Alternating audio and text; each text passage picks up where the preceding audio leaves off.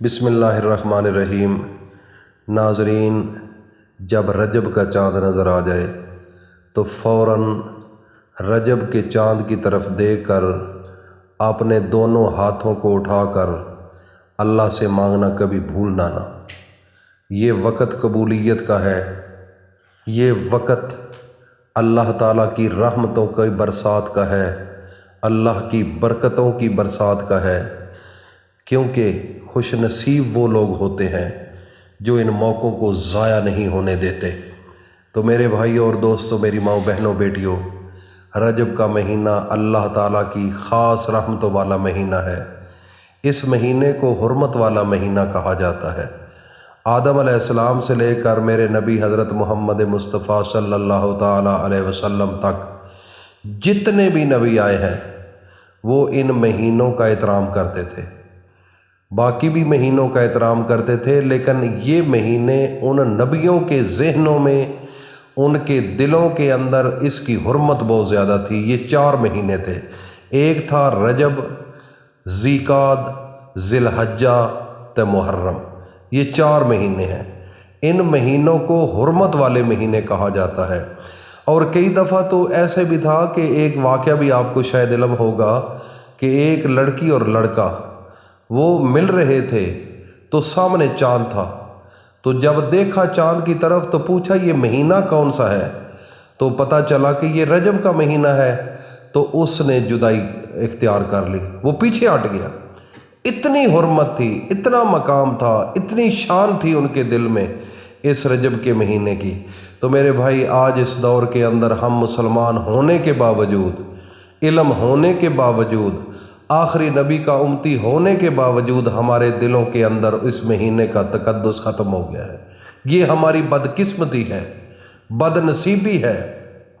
ہم نے اس مہینے کا احترام نہیں کیا، نہ پڑھا، نہ سمجھا، نہ سنا، نہ اس پر امپلیمنٹ کیا اپنی زندگی کو۔ تو میرے بھائی اور دوستو، جب آپ کو رجب کے مہینے کا چاند نظر آ جائے، آپ نے اس موقع کو ضائع نہیں ہونے دینا۔ آپ نے اسی وقت ہاتھ اٹھا لینے ہیں اور اپنے پیارے نبی حضرت محمد مصطفیٰ صلی اللہ تعالیٰ علیہ وسلم پر سب سے پہلے درود پڑھنا ہے۔ درود کون سا؟ سب سے اعلیٰ و افضل درود وہ ہے درود ابراہیمی۔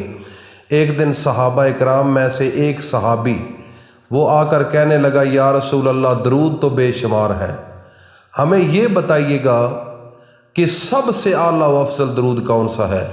تو میرے نبی نے پتہ کیا فرمایا تھا؟ فرمایا، قولوا اللہم صلی علی محمد وعلی آل محمد کما صلیت علی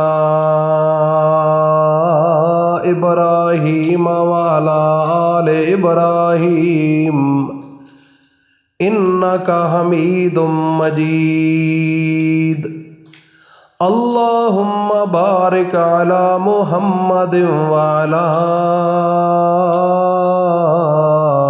آل محمد کما بارکت علی ابراہیم وعلی آل ابراہیم انکا حمید مجید۔ یہ درود پڑھ کر سنایا میرے نبی نے۔ تو یہ درود، اس کا شان، رتبہ، مقام، عزت سب درودوں پر ہیوی ہے، کیونکہ یہ نماز کے اندر بھی پڑھا جاتا ہے۔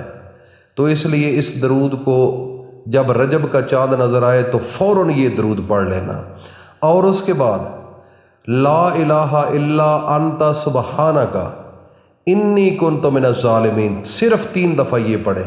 اس کو دعائے یونس کہا جاتا ہے۔ یہ سورت انبیاء کے اندر موجود ہے، 87 آیت نمبر ہے۔ قرآن مجید کھول کر آپ اس میں سے یہ تلاش کر کے پڑھ کر پکا سکتے ہیں، زبانی یاد کر لیں۔ جب بھی کوئی مشکل آئے، جتنی بڑی سے بڑی پریشانی ہو، پہاڑ سے بھی زیادہ، میرے نبی کا فرمان ہے کہ اگر انسان صدق دل کے ساتھ اس کو پڑھ لے گا، اس بندے کی تمام پریشانیاں اس کے راستے سے ہٹ جاتی ہیں۔ دیکھو نا، یونس علیہ السلام مچھلی کے پیٹ میں تھے، رات کا بھی اندھیرا تھا، پانی کی تہوں کا بھی اندھیرا تھا، اور اس کے علاوہ